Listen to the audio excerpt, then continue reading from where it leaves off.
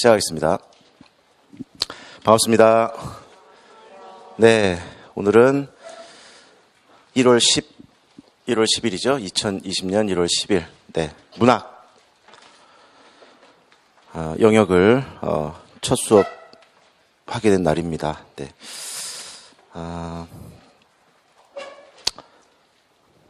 오늘 나눠드린 자료는 받으셨죠? 한 장짜리 이렇게 나갔을 겁니다. 좀 이따가 이제 요 자료하고 그 다음에 오늘 요거 갖고 오라고 아마 문자가 간 걸로 알고 있는데요. 다른 거는 일단 요거는 오늘부터 볼 거니까 요거에 대한 설명 좀 해드리고 교재 관련된 설명도 좀 해드리고 그리고 우리 본 원래 일정대로 좀 진행을 해보도록 그렇게 하겠습니다. 항상 첫 시간이 좀 낯설고 좀 시간이 지나야 서로 익숙해질 것 같은데 일단 첫 시간은 오늘 시작하는 시간은 우리 설명회에서도 뭐 보셨는지 모르겠지만 좀 올 1년 문학을 어떻게 수업할지에 대한 전반적인 설명 좀 하고 그리고 또 교재 소개하고 그리고 이제 본론으로 좀 들어가 보도록 그렇게 할게요.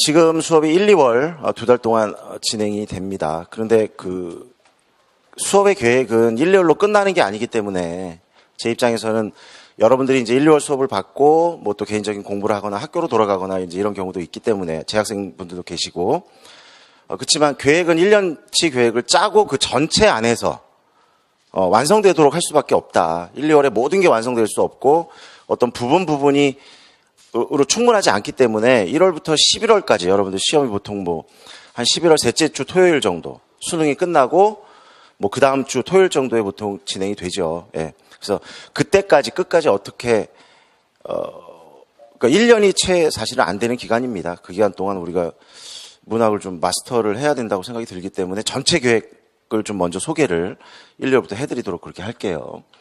자, 1월, 2월 뭐 기본 이론반이라는 이름으로 그 전체 강의명이 이렇게 제시되어 있지만 사실은 뭐 꼭 그렇지는 않습니다. 대신에 1, 2월에 이제 전반적인 거를 좀 한번 다 살펴보자. 전반적인 걸 살펴보다 봐야 되죠, 반드시. 그런데 더 세밀한 것들. 그 거시를 본다는 얘기예요. 우리 1, 2월 동안은 큰 거시적인 것을 보고 앞으로 3, 4, 5, 6월 달에 할 것들을 조금 미리 진행하는 좀 의미가 있고요. 그래서 기본 이론반이라는 이름이 붙었지만 사실은 뭐 우리 책 이름처럼 요거 전체를 좀 이해해야 될 겁니다. 문학을 보는 눈이라는 게 무엇이냐 떠지진 않았지만 그걸 좀 뜰 수 있는 준비 단계라고 조금 보시면 돼요. 거시적인 것이다. 이렇게 이해를 하시면 되겠고요. 1, 2월이 여러분 뭐 그 계획 이렇게 한 장짜리 뭐 학원에 비치되어 있는 그 날짜라든가 또 뭐 홈페이지에 보면 아마 그런 날짜들이 써 있을 겁니다. 날짜를 지정을 해놨어요. 어느 때에 그 수업이 이루어진다는 거. 총 기간은 8주이지만 우리가 25일이 아마 설날일 겁니다. 그렇죠? 반갑나요? 예전에는 많이 반가우셨죠? 어렸을 때는 그냥 뭐 막 어르신들 막 오면 막 뭐 용돈도 주고 막 세배도 하라고 그러고 지금은 마음이 여러 가지일 아직도 그걸 기다리시는 또 분도 계시고 아니면 뭐 여러분들 오시는 자리에 좀 마음이 좀 그렇기도 하고 넌 뭐 하냐? 맨날 그런 거 꼰대 질문 어르신들이 묻는 거 넌 아직도 공부하냐? 뭐 이런 거 묻는 게 좀 싫어서 또 참석을 못 하시는 분도 있고 그래서 24일이 또 설 전날이기 때문에 그 학원 자체가 수업이 없습니다. 설 연휴 그 빨간 날은. 그래서 여러분 그 교획서에 나간 대로 24일이 금요일이에요. 지금 10일이니까 다 다음 주죠. 그래서 그날 수업이 없다는 거 확인하셨고요. 그렇게 되면 그 주수로는 8주지만 총 수업은 7주 수업이 진행될 거다라는 걸 일단 미리 말씀드릴게요. 문학 수업은 총 7주로 진행이 된다.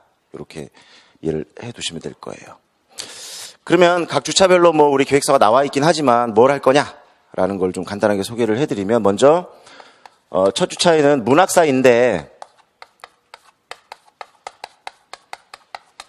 OT를 포함해서 고전문학사를 2주를 진행할 겁니다. 고전문학사를 2주. 충분하지는 않겠지만 큰 눈을 뜨는 것, 제자리에 내 머릿속에 이렇게 여러분들이 배워왔다고 생각합니다. 그동안 대학 시절 뭐 3년 4년 동안 배워왔다고 생각하지만 이렇게 조각조각 흩어져 있거나 조금 미진했거나 연결을 잘 못 시키는 이런 부분들이 있기 때문에 그것을 2주 동안 연결시켜 드립니다. 그리고 또 문학사인데 한 주는 이렇게 진행이 될 거예요. 한 주 동안 여러분이 뭐 학교 다닐 때 뭐 거의 한 학기 동안 배워도 우리가 앞부분만 하든가 아니면 하다 말다 하다가 끝나는 그런 경우들이 좀 많을 텐데, 이걸 일주에 끝낸다는 건 사실은 뭐 현실적이진 않지만 큰 체계를 세워서 거시적이지 않으면 아무리 밑으로 파고 들어가서 미시적인 공부해도 붙질 않는 거야. 공부는 열심히 하는데 시간도 많이 들이고 열정적으로 했지만 결국은 다 사라져버리게 되는 거예요. 그래서 그걸 잡는 시간을 좀 갖도록 하겠습니다. 이렇게 3주가 진행이 될 겁니다. 이해되시죠? 그리고 이제 4주차로 넘어가면 이제 한 영역씩, 그러니까 이것이 충분할 수는 없지만 어떻게 진행될 것이라는 거, 앞으로 우리가 그 후에 일들이 어떻게 진행될 것이라는 걸 미리 보여드리는 겁니다. 그래서 1주가 되겠습니다. 현대시 영역을 한 주 동안 살펴볼 거예요. 한 주 동안. 다 계획서에 나와 있지만, 그 다음에 현대 소설도 1주씩, 1주. 그 뭐 나올지 알겠죠? 고전, 시가 1주. 그 다음 고전, 산문 또는 뭐 소설이, 주가 소설이겠죠. 주가 소설을 1주를 진행하게 됩니다. 이렇게 해서 2주, 3주, 4주, 5주, 6주, 7주로 구성이 되어 있습니다. 이렇게 진행할 예정이고요. 충분하지 않다는 말을 미리 말씀드릴게요. 그러나 다음에 하기 위해서 지금 할 내용을 뭐 빠뜨린다거나 체계를 세워야 하는데 부족하게 한다거나 그런 일은 없을 것이다. 그렇죠? 고전문학사 2주로 충분하지 않지만 아마 근데 이제 정확한 우리가 진행을 하다 보면 얘가 양이 방대합니다. 방대하고요. 이해하기가 굉장히 어려워요. 굉장히 어려운 부분이다. 고전문학사가. 현대문학사는 의외로 연대가 분명히 이렇게 구별되어 있고요. 우리랑 좀 그래도 가까운 시기이기 때문에 조금만 설명드리면 이해도가 조금 빨라요. 문학사 부분은. 근데 얘는 거의 뭐,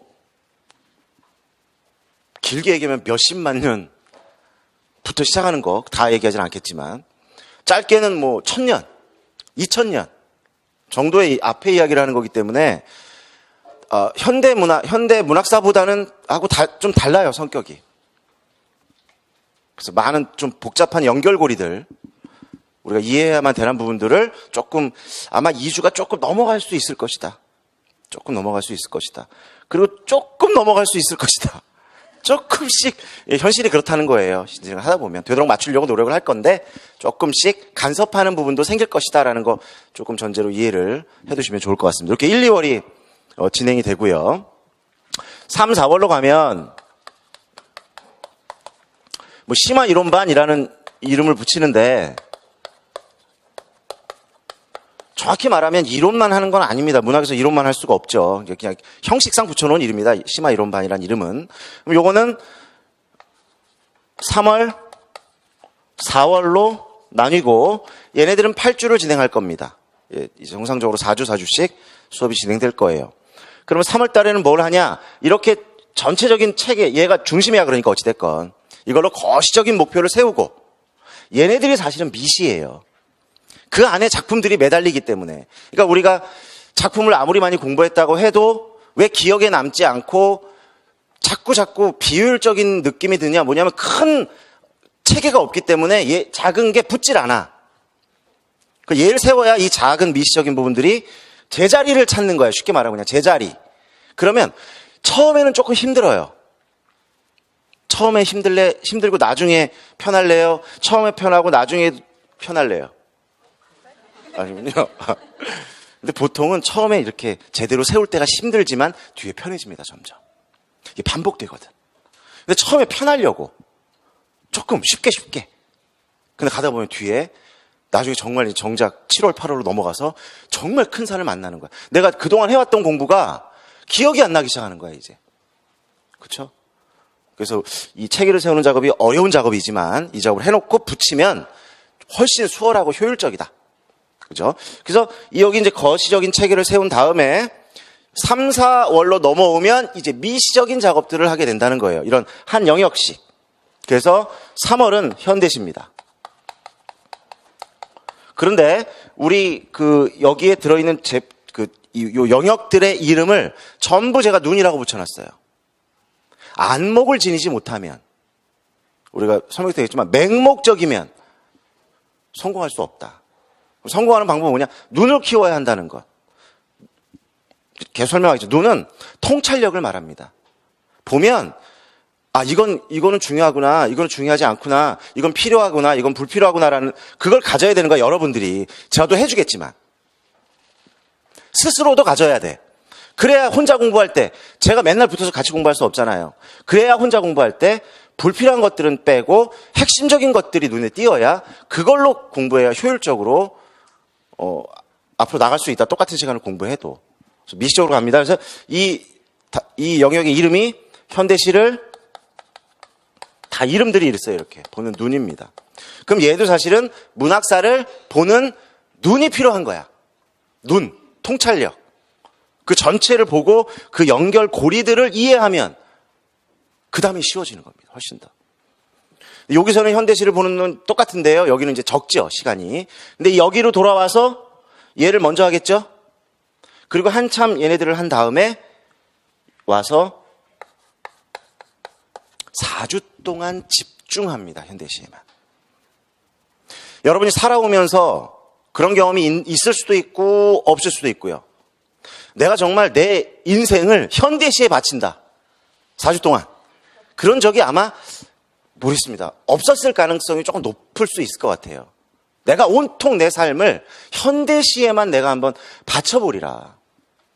즉 눈을 뜨려고 노력할 거다.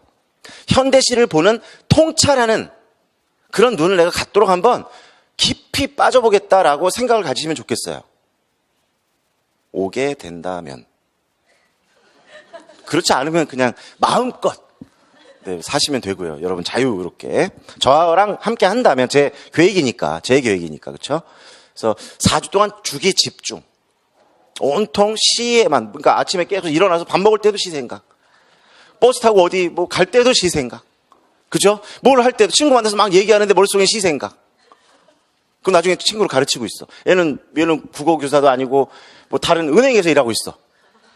근데 얘에게 내가 시를 설명하고 있어. 우리 엄마에게, 우리 아빠에게, 내 동생에게 그걸 하고 있는 자기를 발견하게 될 거다라는 거. 되게 행복한 일이죠. 우리가 평생 해야 될 일이니까. 그렇죠? 그 다음에 4월로 가면 현대 소설입니다. 현대부터 합니다. 현대 소설을 보는 4주입니다. 집중. 이런 의문이 들 수도 있을 것 같아요. 시는 그렇다 치자. 이렇게 이제 좋아. 그렇다 치자. 인터넷 치기만 하면 나오니까 시가 짧은 시들. 구하기가 쉽다. 소설은 어떻게 할까? 아마 저는 제가 이제 아까 이따 말씀드리지만 전부 처음이다. 전부 출발선상에 있다. 백지다. 그게 제일 편해. 여러분도 그게 편하다고. 그래야 스펀지처럼 흡수해요. 자기 생각이 너무 많으면 그것도 올바른 방식이었으면 괜찮은데 그렇지 않은 관념을 지니고 있을 가능성도 있기 때문에 그걸 내려놓으셔야 돼요. 여러분이 지금까지 가졌던 그런 좋은 거라면 괜찮지만 그렇지 않은 거라면 내려놓고 수업을 듣는 게 여러분 정신 건강에 도움이 될 겁니다. 우리가 현대 소설이라고 하면 그동안 어떻게 공부해 왔는가 우리를 돌아봐야 됩니다. 본인들을. 특히 고등학교 때 또는 대학교 때 또는 이 임용시험을 준비하러 나왔을 때, 여러 사람의 이야기를 들었을 때, 지금은 그래도 많이 변했어요. 제일 처음에 떠오르는 게 해법. 제일 거의 안 갖고 있는 친구들, 나쁘다는 게 아닙니다, 그게. 도움이 됩니다. 그런 해설들이 나에게 도움이 안 되는 건 아니야. 그렇지만 해법을 펼쳐놓고, 자, 소설을 펼쳐놓았다고 생각해 보세요. 부분을. 그럼 뭘 보게 될까? 글이 나와 있겠죠, 소설이. 근데 그 소설의 지문은 어떤 지문이죠? 잘라져 있는 지문입니다. 그리고 그 밑에 파란 글씨로 막 글씨가 써 있어요. 옆에도 파란 글씨로 막 글씨가 써 있고, 옆장으로 가면 시점, 소재, 주제, 인물, 구성, 발단, 전개, 위기, 절정, 결말 나와 있죠. 그리고 해설, 그리고 객관식 문제. 요게 보통 그런 자습서의 구성입니다. 그러면 그걸 읽고 공부하면 소설 공부인가? 라는 부분입니다. 지금 백지 상태를 놓고 얘기하는 겁니다. 그걸 알고, 제 수업을 전에 들어서 알고 계신 분도 계시고 하지만 백지 상태로 출발한다고 했어요. 그거를 소설 공부라고 생각한다. 그것을 임용 소설 공부라고도 생각하고, 내가 선생이 되어서도 그런 방식으로 수업을 해야 된다고 생각할 가능성도 있다. 그 생각을 내려놔야 된다는 겁니다. 내려놔야 된다. 그건 소설 공부도 아니고 아무 공부도 아니다. 그럼 이제 의문이 들어야죠. 아무것도 아니라는데. 그럼 어떻게 하라고? 근데 여기 온 친구들은 어느 정도 눈치는 채고 왔을 거라는 생각은 듭니다. 만 그래도 백지라고 생각하고 말씀드려요. 우리는 소설 전문을 읽습니다. 제가 시작하면서부터, 제가 여기 나온 지가 10년 됐는데요. 그 시작 전부터 그때 미친놈 소리 들었어요. 미친놈 소리.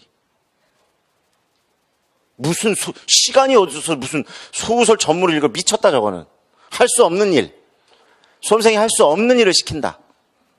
라는 핍박과 탄압과. 근데 여러분 지금 돌아가는 걸 보세요. 다 무슨 전문 읽기 스터디를 만들자 뭐 읽는다라고 분위기가 그렇게 바뀌었습니다. 그렇게 안 하고는 이 시험에 온전하게 대비할 수 없고, 우리는 한 가지만 하면 안 되죠. 이 시험에 만점을 받는 게 목표야. 목표 뭐예요? 만점 받고 수석한다. 목표는 그렇게 세웁니다. 어떻게 .5로라도 좀 어떻게 그런 생각 갖지 마. 그럼 정말 .5로 왔다 갔다 해 거기서. 나는 다 맞고 나는 수석을 합격한다. 그렇죠? 그 정도의 배포, 그 정도의 자신감 가졌으면 좋겠습니다. 근데 그걸로 그렇게 한 다음에, 그렇게 해서 합격해서 수석으로, 그 다음에 동사무소 가서 등본 띄워주십니까? 여러분이 할 일이? 우리 이모 동사무소 그거 아닙니다. 죄송합니다. 말 잘못했어요. 여러분의 직업이 그렇게 해서 열심히 공부한 다음에 그런 자습서식 막 해가지고 공부해가지고 좋아 합격했어. 그 다음에 동사무소 가서 등본 떼주냐고요. 여러분의 일이 뭐죠? 어디로 가죠? 학교에 가고요. 누구를 만나죠? 그 아이들한테 등본 떼줍니까? 뭘 해야 되죠? 무엇을, 좀 요 얘기하고 있으니까 뭐 전반적인 얘기긴 하지만 이걸 가르쳐야 된단 말이야. 그런데 내가 공부했던 방식이 자습서를 열고 그 잘라진 지문에 파란색을 외우고 시점, 주제, 소재를 외우고 해설을 외웠던 내가 학교에 가서 뭘 할 수 있겠습니까? 뭘 하겠죠? 뭘 할까? 똑같은 일을 하겠죠. 그럼 아이들은 그게 소설 교육이라고 생각하고, 아이들은 더 순수하니까. 아이들은 선생님이 얘기하는 걸 믿습니다. 좀 이따 안 믿게 되죠. 그 일을 하게 될 거라. 근데 우리가 그럼 문학교육을 하는 목표가 뭡니까? 소설을 왜 가르치죠?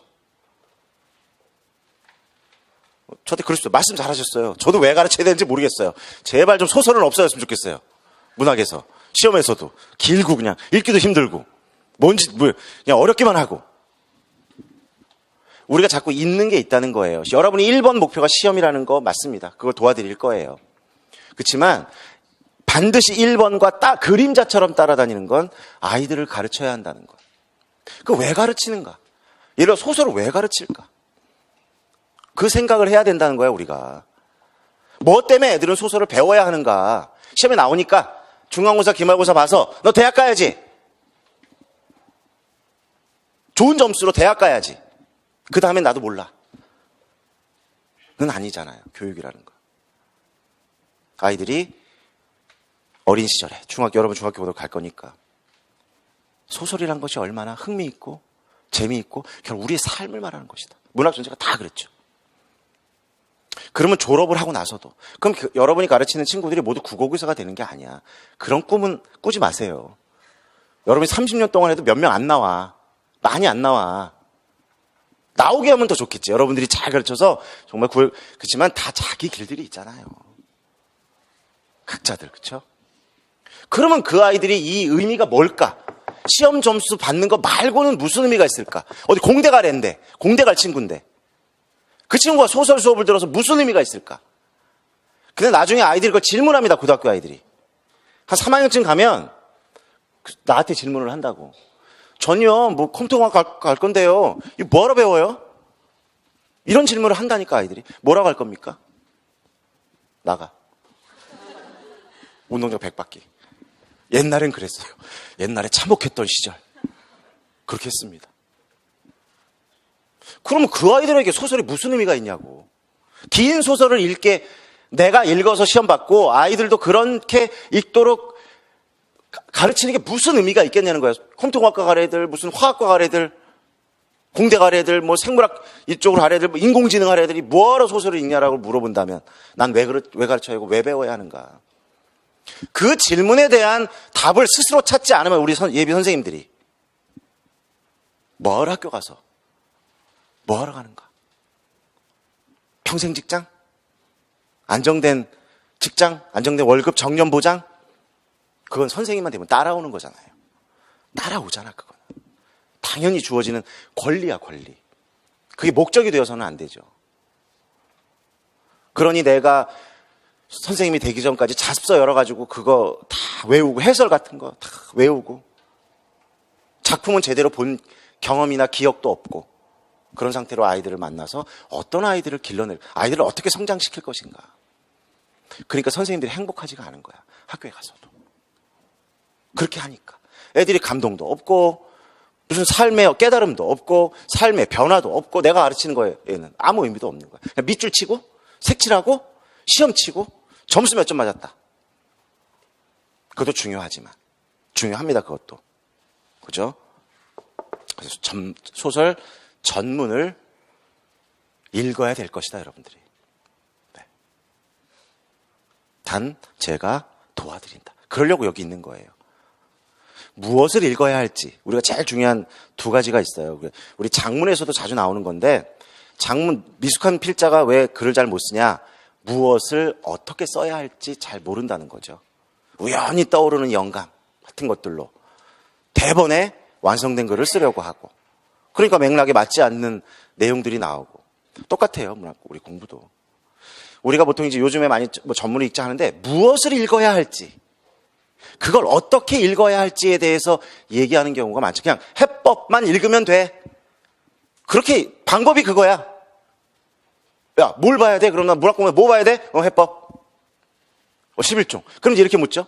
그거 옛날 거 봐도 돼? 지금 거 봐야 돼? 여기에 이제 빠져 있어요. 새로 나왔다는데, 새로 해법이 나왔다는데, 그걸 봐야 돼? 이전 걸 봐야 돼? 그럼 많이 달라졌을까요? 그러면 새로 나온 건 완전히 그 새로운 어떤 차원의 읽기, 문학 읽기나 소설이 다 바뀌고, 뭐 다 전면 교체되고. 그렇지 않죠. 그러니까 의미 없는 방법에 무엇이라고 하는, 무엇을 읽어야 하는 것도 불필요한 데에다가 에너지를 쓰고 있는 거야. 그럼 제가 여기서 여러분에게 도와드릴 거 뭐냐? 무엇을 읽어야 할지를 안내해 드리는 거잖아, 내 역할이. 왜? 대신에 왜라는 게 필요해. 이걸 왜, 이렇게 많은 것 중에 왜 이걸 읽어야 하죠? 라는 의문이 여러분 들 겁니다. 그걸 풀어드리는 거야. 내 역할은. 그 다음에 어떻게 읽어야 할 것인가? 어떻게? 그걸 수업 시간 여기서 보여드리는 겁니다. 제가 하는 일은. 계속 보여드리는 거야. 계속 시범 보이기. 계속 내 사고 구슬로 계속 시범 보이기. 그러다 보면 어느새 여러분들도 움직이기 시작하는 거야. 할 수 없다고 생각했던 건데 단순히 해설만 읽고 뭔가를 달달달달 외워야만 된다고 생각했던 건데 여기서 계속 많은 작품들을 시든 소설이든 다 상관없습니다. 부분을 갖고 수업하지 않아요, 소설도. 그래서 결국은 그렇게 되면 이제 뭐 해야 되죠? 처음에는 내가, 선생님이 안내자가 되어서. 시범 보이죠? 근데 점차 어떻게 해야 돼요? 책임을. 배운 거는 아직 안 배웠다고 칩시다. 아무것도 안 배워. 백지야, 백지. 책임을 넘겨야죠. 학생 독립 연습을 시켜야죠. 왜 그것이 이론에만 있습니까? 왜 그거 달달달달 외우고 내 삶에 하나도 적용이 안 됩니까? 그럼 여러분이 이제 그때부터 여러분 스스로라는 말이 쓰이는 거예요. 그때부터 스스로라는 말이 쓰이는 거야. 스스로. 내가 보여준 방식을 가지고 비슷하게 따라하다가 모방하다가 뭘 만들어내야 돼? 여러분만의 다 다르기 때문에. 자기가 가진 배경 지식도 다르고 경험도 다르고 그죠? 요걸 모델링해서 가져다가 여러분이 연습하고 그리고 여러분 색깔로 여러분의 것으로 만들어서 학교에 나가는 거야. 그러면 그런 선생님이 30년 동안 우리 국어 선생님 한 4,000명 정도의 친구들을 만나요. 더 만날 수도 있고 덜 만날 수도 있고. 그 아이들에게 같은 방법이죠. 선생님이 여기서 모델링을 계속 해줍니다. 그럼 아이들이 어느 순간 똑같이 스스로 할 수 있게 돼요. 스스로 읽어보기도 하고 그걸 내 삶과 연결시켜보기도 하고 그러면서 성장하죠. 이해되시나요? 그게 우리의 일이고 역할이다라는 거. 어찌됐건 얘도 4주가 진행된다. 소설에만 온통 한 달 동안 4월은 잔인한 달이 아니라 잔인한 달인가요? 4월은 소설의 달이야. 이거 바꿔. 나를 바꾸라고. 바꿔. 4월 11일 소설의 날. 소설 선물 친구들한테 빼빼로 같은 거 뭐 그런 거 하지 말고. 그죠? 그런 날 우리가 만들자고 자꾸 캠페인하고. 그죠? 그런 날로 3, 4월 이렇게 진행이 됩니다. 자, 그러면 이제 5월로 갑니다. 5월, 6월. 얘도 이름은 심화 이론 반이라는 이름인데 이름만 이렇고요. 뭐 이거 원투인데 이건 큰 의미가 없어요. 자, 5월, 6월입니다. 5월, 6월도 역시 8주입니다. 네, 꽉 채워서 4주씩 진행이 돼요. 이제 여기는 뭘 하느냐? 뭘 할까요? 자, 이 정도 되면 추론이 시작돼야 되죠? 추론하기. 우리 수요일에 배웠는데 추론하기. 여기에 제시된 정보와 내 배경 지식을 통해서 말하지 않은 것들. 여기 이제 뭐가 들어가면 좋을까요? 네, 확실히 추론 능력이 뛰어납니다, 여러분들. 직접 추론이라 했죠? 지난 수요일날. 이거를 보는 눈이라고 합시다. 네, 이것도 4주가 진행되고요. 그럼 여기도 고전, 네, 소설 또는 산문이라고 합시다.를 보는 눈입니다. 4주가 진행됩니다. 자, 그럼 여기서 한 가지 이제 또 의문이 들어야 돼요, 여러분들. 자꾸 왜? 라는 의문이 들어야 돼요. 근데 저한테 왜 송원은 이렇게 키가 작아? 왜? 이런 건 안 돼. 그런 질문을 할 수 없어. 불가합니다. 그리고 받아들이지 않겠습니다. 그죠? 네. 이런 질문을 해야 되는 거야. 왜 그러면 현대시를 먼저 하고 그 다음에 소설이고 그 다음에 고전 시가이고 산문일까? 이 의문이 하나 들어야 되고요. 걱정도 있어야 돼요. 걱정. 어떤 걱정? 얘를 6월 달에 하죠. 맞잖아, 그쵸? 그러면 바로 7월 달부터 이제 좀 이따가 문제풀이나 이런 쪽으로 나가요. 그러면 이런 생각이 들 수 있어야 되는 거야. 아니, 그러면 얘는 너무 늦는 거 아닙니까? 그렇지 않습니까?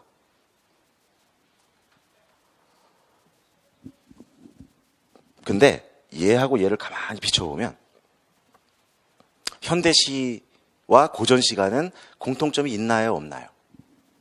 있죠. 어떤 게 공통점이죠? 뭐 여러 가지 있지만 운문이기도 하고 뭐 노래라고도 할 수 있고 시죠. 쉽게 말하면 시. 얘네들이 시란 말이야. 그러면 시를 읽는 독법을 우리가 할 거야. 그러면 다를까요? 같을까요? 읽는 독법은 우리가 보통 그러니까 뭐 현대시를 또 다른 말로 서정이라고도 하지 않습니까? 이제 갈래로 배우겠지만 또 서정 문학 아닙니까? 그러면 화자가 자신의 이야기를 독백의 형식으로 독자에게 전달하는 그 본질은 어떻습니까? 유사하죠. 거의 같죠. 얘하고 얘를 읽어내는 방식은 똑같습니다. 똑같아요. 얘는 어떨까? 추론. 자, 추론하기. 얘하고 얘를 읽는 독법은 같을까요? 다를까요? 같습니다. 똑같아요. 얘도 소설이기 때문에. 대다수가. 이해되시나요? 그런데 그럼 배치를 거꾸로 하면 어떠냐? 얘를 먼저 하고 얘를. 그런데 실제로 얘가 훨씬 어렵습니다. 훨씬 어려워요. 어렵다. 우리 근대에 만들어진 문학이긴 하지만 훨씬 어렵습니다. 왜 훨씬 어려울까? 여러분, 이제 우리가 문학서 공부서 할 건데, 우리가 근대 문학이라고 한다니까? 그리고 뭐 고전 문학이라고 하고, 맞죠? 고전 문학사, 근대 문학사, 현대 문학사. 왜 구별돼, 이게? 구별이 왜 되죠? 시대로 구별이 되는 건 맞아요. 1900년대 전후로 근대 문학, 고전 문학이라고 합니다. 근데 시대만으로는 설명할 수가 없어요. 시대만으로는. 그럼 어떤 차이가 있는 것일까? 네, 그렇습니다. 이렇게 할 거야, 이제 혼자. 이게 2차 수업 시연할 때 혼자 해야 되는 거야. 애들이 없다니까? 네, 그렇죠. 우리 이모듬에 철수 친구가 이야기 잘했습니다. 이렇게 해야 돼, 나중에. 이걸 다 안내해 드릴 거야. 1년 동안 절 따라오면 그것도 다 필요합니다. 지금부터 생각해야 돼, 그래서. 네, 아주 철수가 정확하게 얘기했어요. 철수는 뭐라고 얘기했냐면, 바로, 근대라는 건 가로치고 뭐가 따라다니냐면, 개인이라는 게 따라다녀요. 개인. 그러면 고전에는 개인이 없으냐? 있었습니다. 있습니다, 그것도. 그러나, 훨씬 더 내면화된 개인. 더 깊숙한 자기 이야기. 아주 개별적인 이야기. 이걸 토로하니까 읽어내기가 힘든 거야. 이해되시나요? 아니, 자기 얘기, 자기가 경험한 자기 얘기를 우리에게 짧은 압축된 시로 표현하니까 우리는 그걸 풀어내기가 쉽지 않다는 거야. 그래서 얘는 독해내기가 어려워요, 얘네들은. 그리고 많이 숨겨놨어. 딱 드러내놓지 않고 진짜 하고 싶은 얘기를 물론 그러니까 여기도 스펙트럼이 다양하겠죠. 아주 직설적으로 자신의 어떤 내면적인 부분이나 경험한 것을 표현하는 경우도 있고, 더 많은 경우는 자신의 내면의 은밀한 이야기를 은밀한 방식으로 매우 비유적이고 매우 상징적인 방식으로 표현하고 있기 때문에 이걸 찾아내는 작업이 굉장히 어렵습니다, 사실은 이게. 그래서 먼저 하는 거야. 얘로 눈을 뜨면 얘는 쉬워요.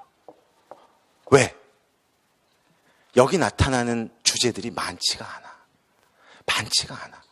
완전 개인의 내면적인 거라고 보기가 좀 어려운 것들이 많아. 아무리 내면적이어도 그건 무엇과 연관된 개로성이 많다? 자기 신분, 자기 처지, 모였다가 쫓겨났다거나, 왕조가 바뀌었다거나, 이렇게 굵직굵직한 우리가 충분히, 그러니까 이 공부를 제대로 해야 되는 거야. 그래서 이건 필요해, 반드시. 그래서 얘가 도움을 줍니다. 얘를 해석할 때 얘가 너무 큰 도움을 줘요. 그래서 하는 거라고. 무슨 문학사 시험에도 안 나오는데 뭐하러 하느냐. 얘가 안 되면 얘가 안 된다는 거야. 왜? 너무 많이 얘는 시대적 영향을 받기 때문에. 얘도 그렇지만 여기는 시대적 영향을 받았지만 숨겨요. 잘 안 드러내고. 여기는 시대적 영향을 받았지만 신분이나 시대를 딱 따져보면 드러난단 말이야. 금방 드러나. 근데 얘가 필요해. 이해되시죠? 그걸 이제 이해시켜 드릴 거야. 그래서 뒤에 합니다. 단, 얘도 복병이 있어요. 얘도 넘어야 할 산이 있어. 뭐죠? 네. 고어들. 그다음에 한자. 이게 여러분들을 괴롭히지 않았으면 좋겠는데 좀 시달림을 당할 겁니다, 사실은. 어쩔 수 없어요, 그러니까. 내가 지금 여러분들이 만약에 지금 한 중학교 1학년생인데 저는 사대 갈 건데요. 저는 뭐 국어 선생님 할 건데요. 라면 만약 그렇다면 여기가 중학교 1학년이라면 아무것도 하지 말고 고어하고 한자 교육만 시켰으면 좋겠어요. 수학도 필요 없고 사회도 필요 없고 그럼 안 되겠죠. 그럼 안 되겠죠. 아침에 1교시부터 7교시까지, 보충 8교시, 야자 10교시까지, 온통 그냥. 그럴 수 없잖아요. 그렇죠? 그래서 최대한 도와드린다. 여기서 제가 할 수 있는 일은 최대한 도와주는 거야. 그걸 이해할 수 있도록.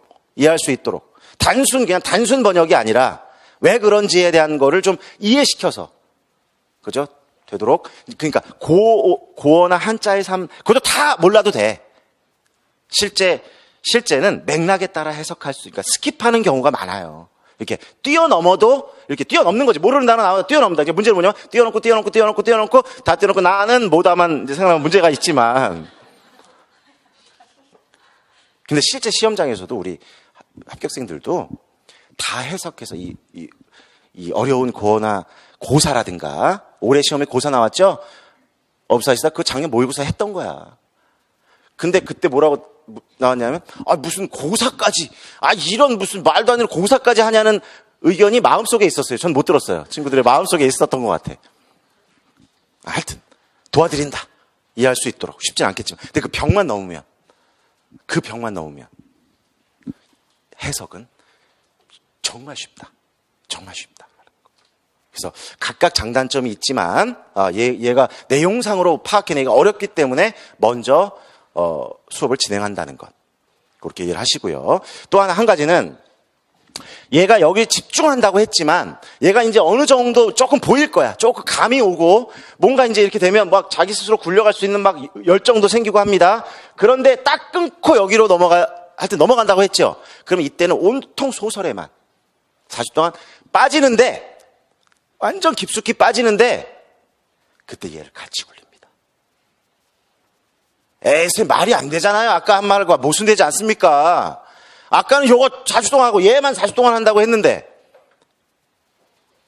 말이 안 맞잖아요. 그런데요, 얘를 굴릴 수 있으면 얘 집중하면서도 여러분 그 핸드폰 보면서 사탕 못 먹는 사람 또는 핸드폰 보면서 물 못 마시는 사람 또는 텔레비전 보면서 손발 못 긁는 사람 있나요? 혹시? 가능하시죠? 가능한 거야. 그래서 여기에 온통 내가 살아온 삶에 거의 한 번도 그런 적 없는 집중을 여기다 하는데 희한하게 얘를 돌릴 수 있는 거야. 그러니까 얘를 이때만큼 할 수는 없겠죠. 여기에 온통 집중하면서 숫자를 줄이는 거지. 여기에 했던 만큼의 숫자를 줄여서 얘에 집중하면서 얘가 돌아갑니다. 이게 우리의 능력이라고 사실은 할 수 있다는 거죠. 이해됐나요? 자, 그러면 다음으로 5월달로 넘어와서 고전 시가를 한다. 온통 또 어디에 빠져야 돼? 내 삶은 고전 시가만, 애정. 하트 뿅뿅. 맨날 온통 머릿속에 고전 시가만 생각하는 거야. 온통. 그런데 얘 두 개가 돌아갑니다. 조금씩. 이해되시나요? 마지막으로 고전 산문 할 때 이 세 개가 다시 돌아갑니다. 이해되세요? 첫 바퀴는 이거로 돌리지만 여기까지 가면 이 네 바퀴가 다 같이 돌아갑니다. 다 같이 돌아간다. 여기 아주 집중하지만 얘가 다 굴러갑니다.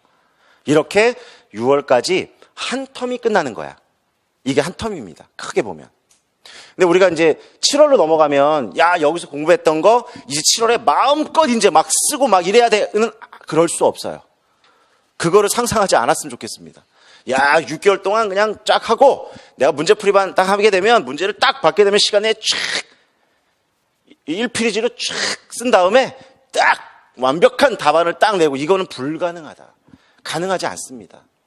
그러면 이제 7월로 넘어갑니다. 7월은 우리는 3개월 강의입니다. 문풀. 이 문제풀이와 모의고사를 또 구별을 조금 처음 오신 분들은 이해 못하신 분들이 계셔서 설명 간단하게 합니다. 이때 7, 9월은 12주인데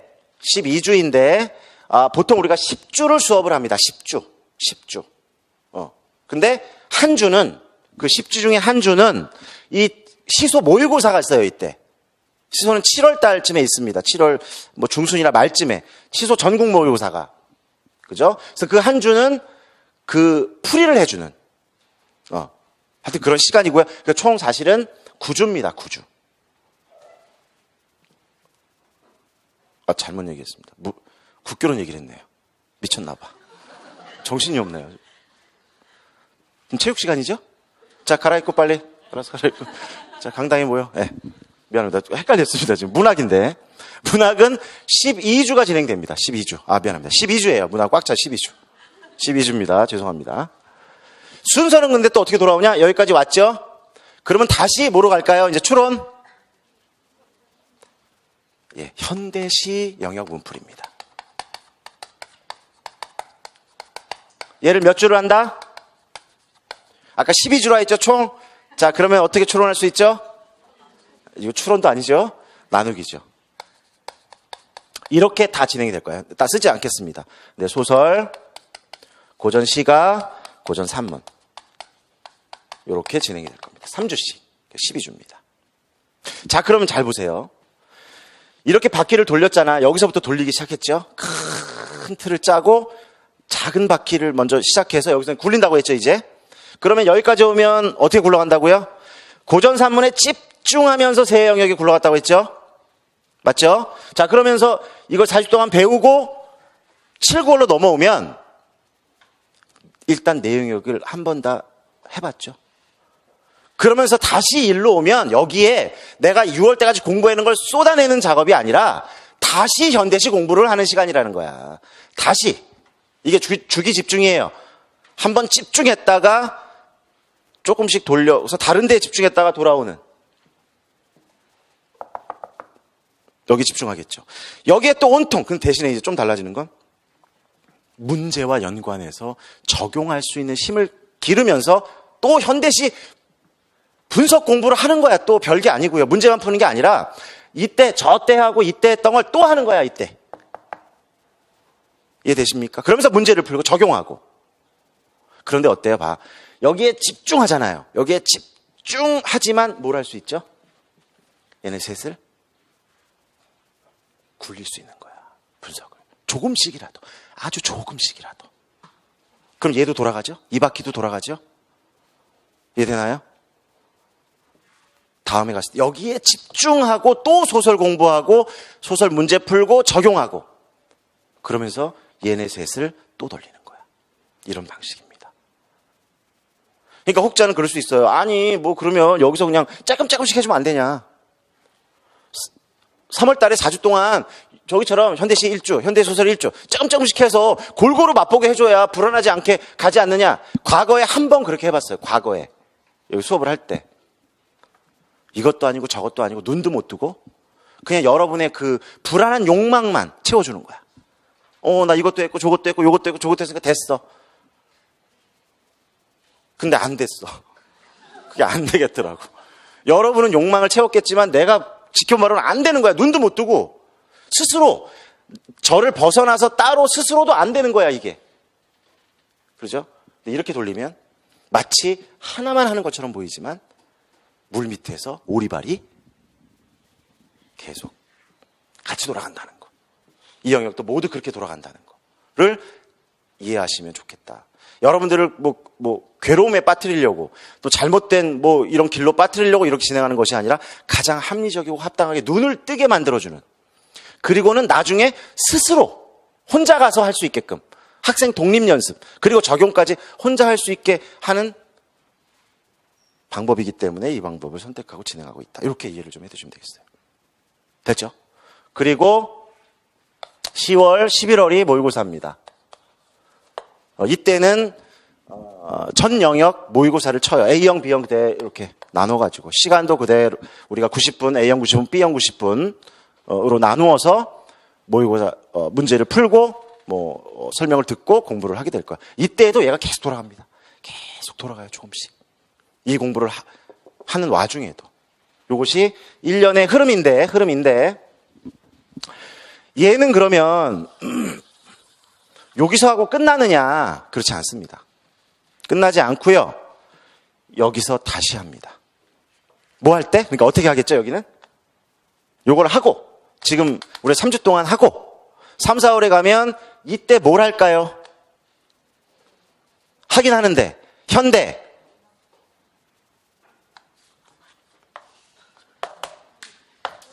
뭘 할까요? 현대 시사를 다시 이해를 한 다음에 전체 상을 다 보고 넘어오면 여기서는 현대 시사를 또 보게 될 겁니다. 그 시대별로 작품들을 보면서 시사를 다시 반복하는 거야, 또. 여기는 뭘 하게 될까요? 뭘 한다고 크게? 그렇죠. 이렇게 훌륭할 수가. 아주 마음에 들어요.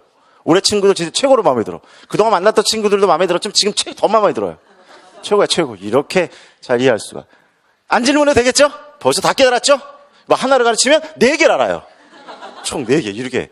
하나를 가르치면 문일지사. 그런다. 한자성어가 있죠. 문일지 12인가요? 문일지. 하나를 가르치면 4개를 하는. 그러면 이때 기억에서 가물가물해졌던 체계를 다시 얘네들이 미시라고 그랬죠. 이제 세밀한 작품들로 들어가니까 그거를 다시 거시와 함께 미시를 다시 지나게 된다. 이해되셨죠? 그럼 여기 가면 안 할까? 이거 할 땐 안 할까? 할까? 또 하게 됩니다. 또 하게 돼요. 반복적으로. 그러니까 이제 떠지는 거야, 눈이. 통찰력이 생기는 겁니다. 스스로가. 큰 원시문학부터 큰 현대문학까지 이 수천 년에 걸친 흐름이 보이는 거야. 내 머릿속에 지우개가 아니라 좀 지우지 마, 좀. 그 영화 제목 제 마음에 안 들어. 자꾸 공부하면 지워지고. 내 머릿속에 칠판. 눈을 딱 감으면 머릿속에 칠판이 그려져야 돼. 그리고 시대가 나뉘고 그 시대의 특징이 무엇인지 보이고 그것이 스토리텔링 되어서 그걸 단순히 외우는 게 아니라 왜 여기서 여기로 넘어왔고 왜 여기서 여기로 넘어왔고 왜 여기서 여기로 넘어왔는지 왜 이 시대의 작품들은 이런 성격을 가질 수밖에 없었나 이 시대의 지배계층이 누구였기에 그들의 철학과 이념은 무엇이었길래 그것이 작품에 반영되니까 상상처럼 들리겠지만 이렇게 수업을 해왔고 이렇게 공부해왔고 그렇게 여러분들이 크게 성장했다는 거야. 아이들보다 지도를 하는 사람은 지도받는 사람보다 더 많이 연결고리를 갖고 있어야 되죠. 그렇게 되어야 여러분들이 아이들을 만난단 말이야. 단순히 문학사나 작품을 자습서나 아이들이 바라보는 자습서의 어떤 무슨 문학사라든가 무슨 청소년을 위한 청소년인가요? 이해합니다. 젊으니까 여러분. 오케이. 거기까지 인정할게요. 청소년이야 여러분들. 청소년. 술 마시는 거 걸리기만 해봐. 청소년. 네. 아이들이 보는 수준, 청소년을 위한 문학사 좋다 이거야. 그것도 좋습니다만 거기에만 그 수준에 머물러 있으면 아이들하고 비슷한 거야. 수준이 선생님이.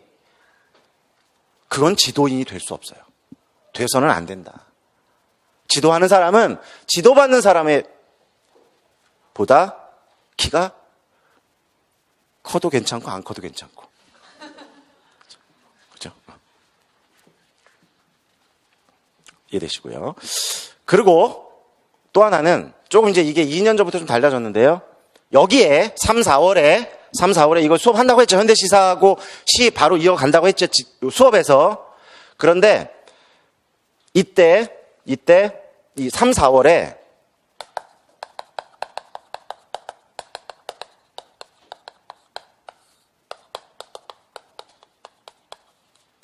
현대문학사 인강 강의가 있습니다. 촬영된. 이미 촬영이 끝난 그것을 제공합니다. 또 제공합니다. 이해되시나요? 수업 시간에도 보면서 그러니까 완전 세밀하진 않겠죠. 또 다시 한번 큰 걸 쳐주면서 작품들은 미시적으로 이게 중심이니까 작품이 살펴보면서 얘를 다시 줍니다. 현대문학사, 현대시 이게 아니야. 이걸 주는 게 아니야.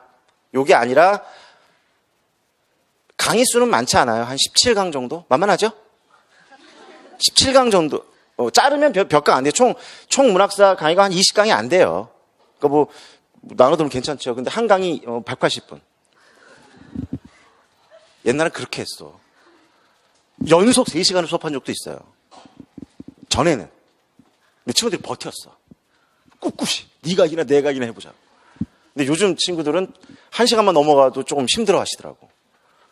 그래서 앞으로 이제 수업을 20분씩 하겠습니다. 끊어서. 그래서 20분 수업하고 40분 쉬고 20분 수업하고 40분 쉬고 많이 쉬셔야 되니까. 많이 힘드시니까.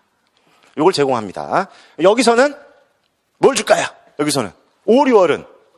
그렇지. 마음에 들어오는. 아주 마음에 듭니다, 올해. 2020년, 올해, 경자년, 오늘, 좋습니다, 올해. 고전 문학사. 역시 강의를 제공합니다. 이때에도 고전 시가사를 따로 하지만, 얘를 다시 여러분에게 제공합니다. 이해되시죠? 이렇게 진행되고요. 자, 여기서 이제 빠진 게 있어요. 자, 다 설명했는데 여기서 빠진 것. 바로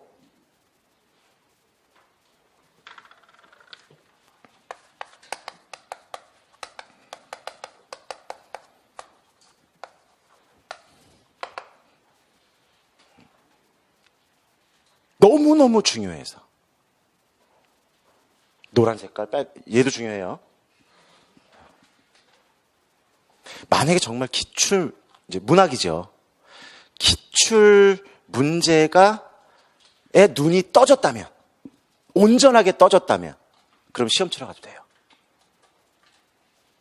그러니까 여러분의 결국 1년의 궁극적 목표는 얘가 보이는가. 근데 기출문제는 완전 다면체예요. 완전 다면체야. 10중 인격자야. 10중 문격자야. 문제니까. 기출문제니까. 10중 문격자. 볼 때마다 달라요. 볼 때마다 다릅니다. 어느 시기에 받느냐, 내가 얼마큼 성장해서 받느냐에 따라 완전히 다르게 느껴져요. 나는 다 봤다고 생각했는데 내가 이런 과정을 통해 성장을 이루고 나면 못 봤던 것들이 계속 생겨납니다. 너무 이상한 일이야. 너무 이해할 수 없는 일들이 생겨나요. 나는 분명히 눈을 지녔죠? 그러니까 동물한테 쓰는 말이고. 눈을 가졌죠? 여러분이 볼 수 있잖아? 뭐 읽을 수도 있고 쓸 수도 있고. 그래서 분명히 다 읽어냈어, 나는. 난 충분히 답도 이제 알고 있어. 그런데 이런 성장을 겪은 다음에 다시 보면 왜 이렇게 못 본 게 많은가? 내가 그때 본 게 맞나? 내가 1월 달에 기출문제, 우리 조금씩 볼 건데 필요하면, 내가 1월 달에 기출문제를 본 게 맞나? 3월 달에 기출을 이때와, 이런 뒤에 볼 때와 앞에 볼 때가 완전히 다르게 느껴질 때가 많아요. 정말 많습니다. 제가 말하는 기출문제를 봤다는 건 그 다면을 100%는 우리가 말할 수 없어요. 90% 이상 보게 되면 이제 비로소 시험을 보러 갈 수 있는 진짜 아이템을 갖춘 거야. 궁극적 목적입니다. 궁극적 목적. 이게 다 보여야 돼. 이게 눈에 훤히 통찰이 돼야 된다고. 그게 이제 뭔지, 그걸 우리가 추적하고 탐구하고 성장시켜 나가야 될 과정이 이 과정이라는 거. 이걸 여기서 합니다. 얘를. 기출 변형 문제를 볼 거예요. 자, 근데 여러분들 여기까지는 기출 문제 보게 될 거라니까 나랑 같이 또 보게 되는데, 얘를 변형시키잖아요? 그럼 어떻게 느껴진다? 그냥 다른 문제야. 그냥 다른 문제라고. 내가 본 것 같긴 한데 전혀 문제 푸는데 완전히 다른, 내가 못 본 걸 또 보여주는 거야. 또 다른 11면체. 또 다른 면. 그리고 기출문제를 본다는 건 답을 끌어모아서 답을 외우는 작업이 아니에요.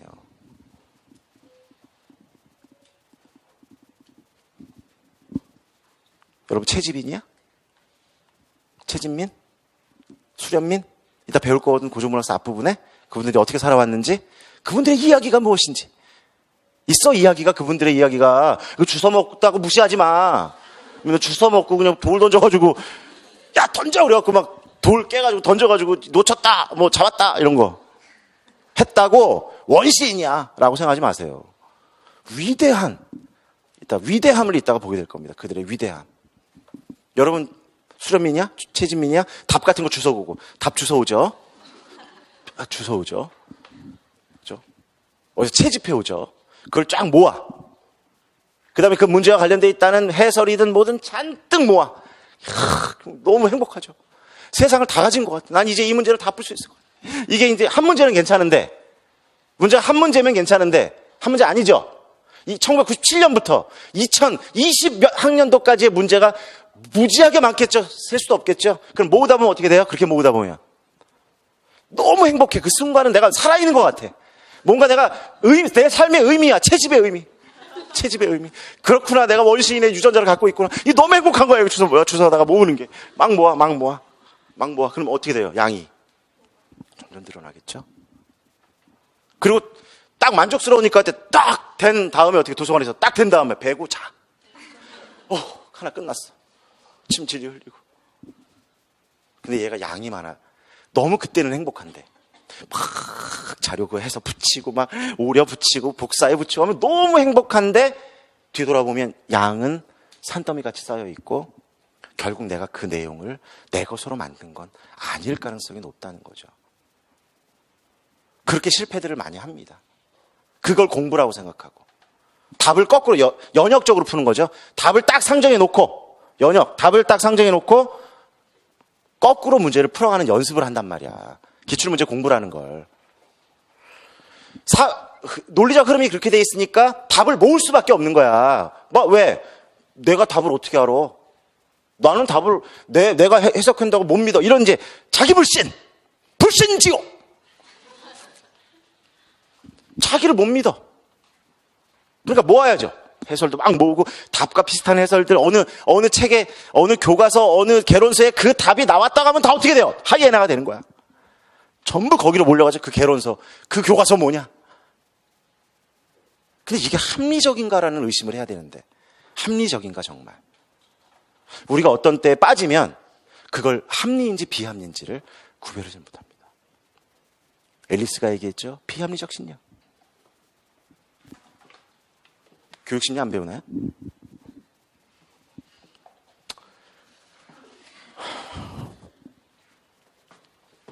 그래서 우리는 귀납적으로 문제를 푼다.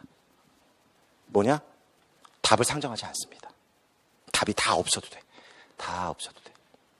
중요한 건 답이 어떻게 해서 나오는가. 우리가 고개가 끄덕여져야 되는 거야. 언제나 고개가 끄덕여져야 돼. 지금 저쪽 고개 끄덕이고 있어? 졸고 있나? 아니죠. 왜 이게 어떤 출제자들이 어떤 의도로 이게 순서도가 있단 말이야. 문제에 모두 순서도가 들어있어요. 답을 유도하는 거야. 그러니까 자유답안이 나오게 완전 논술식이 아니라 출제자가 원하는 답안이 있는데 이걸 따라오게 돼 있단 말이야. 순서. 이게 문제 속에 들어있다고. 내가 공부한 배경 지식과 연결해서. 이걸 놓치면 순서도를 잘못 가면 그러면 답이 나는 썼다고 생각하고 이해했다고 생각하지만 안 맞는 거야. 그래서. 그러면 공부를 평소에 어떻게 되냐? 위에서 내려와야죠. 그 과정을 보여드리겠다는 거야. 말로 여기서만 하고 끝나는 게 아니라 도대체 여러분이 이해하고 있고 알고 있다는 답이 어떻게 도출이 되는가. 그 방식으로 사고하지 않으면 시험장에서는 답을 안 주잖아요. 해설도 없잖아요. 그럼 문제를 어떻게 풀 거냐는 거야. 우리 조금만 더 합리적으로 생각한다면 평소에는 해설도 있고 답도 있고 좋아 그거 갖고 막 거꾸로 풀었어. 그러니까 사고가 그렇게 되잖아. 거꾸로 연역적 사고. 근데 이런 방식으로 오랫동안 사고하다 보면 실제 그 시험 보기 전까지는 다 될 것 같다니까. 그 방식으로 하니까 끝까지. 근데 막상 시험장에 들어가면 연역이 아니라 귀납적 방법으로 가야 되는 거야. 하나하나 사례나 근거들을 끌어모아서 답을 만들어내야 되잖아요. 도출. 이게 이 과정으로 갈 수가 없어요. 이게 사고가 굳어버리면 연역적으로. 이게 무슨 말인지 좀 추상적이긴 하지만 그래서 너무너무 중요한 부분입니다. 너무너무 이게 바로 출제자의 의도를 알 수 있게 만드는 유일한 길이야. 이거밖에 없어. 출제자의 의도를 알 수 있는 게 이분들이 여기다가 그걸 실현해놨으니까. 그것도 최소 20년 정도가 축적됐다는 건 믿을 수 있다는 거예요. 그 흐름을. 그들이 어떤 의도로 문제를 만들었고 지문을 잘랐고 지문 하나 시소설 지문 하나 잘라내는 것도 그냥 잘라내는 법이 없어요. 아주 정교하게 자른단 말이야. 그럼 왜 그렇게 잘랐을까? 시험에. 그럼 이미 잘라진 지문에 의도가 있다는 거예요. 근데 이런 방식으로 사고하지 않으면 평소에 오랫동안 아주 오랫동안 그럼 실제 시험장에서는 안 된단 말이에요. 자기가 하던 방법대로 한단 말이죠. 왜? 긴장되고 이제 눈에 보이는 게 없어. 2판 4판이잖아, 시험장 가면. 그러면 자기 습관이 나오는 거야. 자기 습관대로 합니다. 무의식적으로. 그래서 그거를 최대한 방지할 수 있는 게, 그래서 얘 이름도 뭐다? 우리 교재에 붙어 있지만 출제자의 눈이에요. 우리가 출제자의 눈을 가질 수 있는 유일한 방법은 기출문제를 낸 사람들이, 이 사람들이 출제자잖아. 이걸 파악해서 그 눈을 내가 갖기만 한다면 그럼 나올 문제도 예측이 되는 거야. 그래서 예측이 되는 거야. 되시나요? 그리고 하나 더, 기출문제의 문제나 작품들은 돌아옵니다. 문제 is back. 돌아온다. 돌고 돈다. 돌고 돈다. 이따 이제 올해 문제들 이제 그런 것들 여러분 풀어보셨던 분들은 그걸 느꼈을 거고 제가 이따 설명을 드릴 겁니다. 그런데 얘가 이 과정 없이는 안 보인다는 게 안타까운 거예요. 이 과정 없이는 얘가 안 보입니다. 왜냐? 이 속에 들어있는 수많은 작품들에 대한 이 분석 없이 불가능합니다, 사실은. 그럼 제가 그랬잖아요. 기출문제만 통찰할 수 있으면, 완전하게 그 다면을 다 볼 수 있으면 시험 치러 가도 된다고 그랬잖아요. 그럼 얘가 다 필요 없는 거잖아, 사실은. 근데 얘 없이는, 이 과정을 거치지 않고 저기로 갈 수가 없어요. 그게 중요한 부분입니다. 그런데 이 수많은 작품들을 좀 더, 그 표가 오늘 나눠드린 게 바로 그거야. 여기 나왔던 작품들이라고. 근데 얘네들이 이거에 매달려 있지 않으면, 문학사에 매달려 이 체계를 세우지 않고 이 단편적인 것만 할 수도 있잖아요, 우리가. 거기는 이게 목록입니다. 이 작품을 공부하셔가지고요 하면 기출문제. 근데 얘가 보면 좀 이따 저랑 보겠지만 이게 다 낱낱이로 흩어져 있단 말이야. 이해돼요? 그럼 얘를 다행히 모은다 해도, 한쪽으로 이렇게 모아도 얘가 연결이 안 돼. 연결. 그걸 도와드리는 거예요, 저는. 여러분이 능력이 없어서도 아니고, 능력은 여러분이 다 가졌습니다. 이거 잘 이해하셔야 돼요. 이미 여러분이 여기 앉아있다는 건 기적이야. 여기 그래도 걸어오고 타고 왔죠? 기적. 이미 여러분이 그런 능력을 갖고 있단 말이에요. 자기를 자꾸 낮추지 말라고. 이미 여러분이 무한한, 상상도 할 수 없는 힘은 여러분이 가졌어. 나는 그것을 밖에서 깨줄 뿐이야. 도와줄 뿐이야. 이렇게 조금. 결국 날개를 가진 건 알 속에 들어있는 여러분이라고. 저는 그걸 깨고 나오기를 안에서 하고 여러분 안에서 쪼아서 깨트리는 거예요. 그리고 여러분이 비상을 하는 거예요. 하늘 높이. 여러분이 날아가고 싶은 곳으로. 마음껏 자유롭게. 그 능력은 여러분들이 가졌다는 거. 저희 집 강아지가 있는데요. 이름은 뽀미. 나이 5살. 암컷 강아지입니다. 요만해요, 근데. 그게 5년부터는 다 컸어. 종류를 까먹었네요. 하여튼 무슨 개 종류예요. 그렇게 똥개 같지는 않고, 똥개 아니고 있어요. 이렇게. 있잖아요. 털 많이 기는 거. 말고 비슷하게 생겼는데? 네? 말티즈. 우리 개 종류도 잘 모르네요. 맨날 똥개 그래가지고. 그 친구는 제가 좀 학습을 시켰습니다. 또한 반복 훈련. 야, 1, 2월! 자, 3, 4월! 이런 식으로 하진 않았고요. 근데 그 친구는 아직도 시를 못 읽어요. 이렇게 잘 가르치는데, 이렇게 애를 쓰고 내가 지금 5년을 가르치고 있는데 시를 읽어주고, 앉혀놓고, 앉아! 그럼 딱 앉아요. 줄 줄 알고. 자꾸 주워서 꼬셨으니까, 앉아. 자, 이제, 아저씨가 시를 한 편 읽어줄 거야. 잘 들어. 그럼 들어요, 또. 진짜 걔도 짜증나는 얼굴로 듣더라고. 나중에 뭐나 줄까 하고, 이제 보상이 올까 하고. 듣고, 넌 어떻게 생각해? 그러면 대답을 안 해요. 그 친구가 학습한 것은, 그러면. 그것도 왼손밖에 학습이 안 됐어요. 오른쪽을 못해. 여러분들은 이미 이 자리에 이렇게 대학교를 또 들어가고 3학년이고 4학년이고 졸업을 하고 이 자리에 왔다는 건 여러분 스스로가 그런 기적을 이룰 만한 능력을 충분히 갖췄다는 거예요. 넘치도록 가졌어요. 그러니까 자기를 비하하지 마. 비하하지 말라고. 나는 대단한 사람이야. 나 말이야. 아니, 아니라, 우리 모두 나는 원래 어마어마한 사람이야. 어마어마한 사람. 나는 원래 진짜 훌륭하고 진짜 소중한 사람이야. 라고 자기 암시, 자성 예언. 예언한 대로 간다고 하죠. 아, 난 뭐 또 내가 될까? 뭐 5% 안에 들 수 있나 내가? 그렇게 생각을 자꾸 불안한 마음 그걸 계속 그렇게 염성하면 어떻게 되죠? 그렇게 안 되고 싶어도 자꾸 그 길로 간단 말이야. 나는 만점 맞고 수석할 거야. 나는 이 세상에서 가장 소중하고 가장 훌륭한 사람이야. 나는 그런 능력을 내가 가졌어. 내가 그 날개를 가졌어. 이제 무엇을 해야 될지 어떻게 해야 될지만 익히게 된다면 그 날개를 뻗어서 나는 창공을 헐헐 날아갈 거야. 그런 마음을 가지셨으면 좋겠어요. 제가 10년 넘게 공립학교에서 현직에 있었는데 우리 반 급훈이 10년 동안 나는 원래 2가지를 돌렸었어요. 매년 쓰면 식상하니까. 왜냐하면 데리고 올라갈 수도 있거든. 그렇잖아. 얘 또 해요 그러면. 아니야. 선생님 올해도 그 급훈 아니야. 그러면 나는 원래 훌륭한 사람입니다가 우리 반 급훈 1호. 자 1학년에서 2학년 데리고 올라갑니다. 선생님 그 급훈이 아니야. 나는 원래 소중한 사람입니다. 이렇게 2가지를 병행해서 전혀 다르죠. 그걸 여러분도 나 스스로가 나를 자랑스럽게 생각하고 부족한 점도 있지만 또 남보다 뛰어난 점도 있고 자기 자신을 찾고 긍정하고 할 수 있다고 생각하고 나는 최고야. 나는 그런 능력을 가졌어. 난 날개를 가졌어. 이제 나는 방법.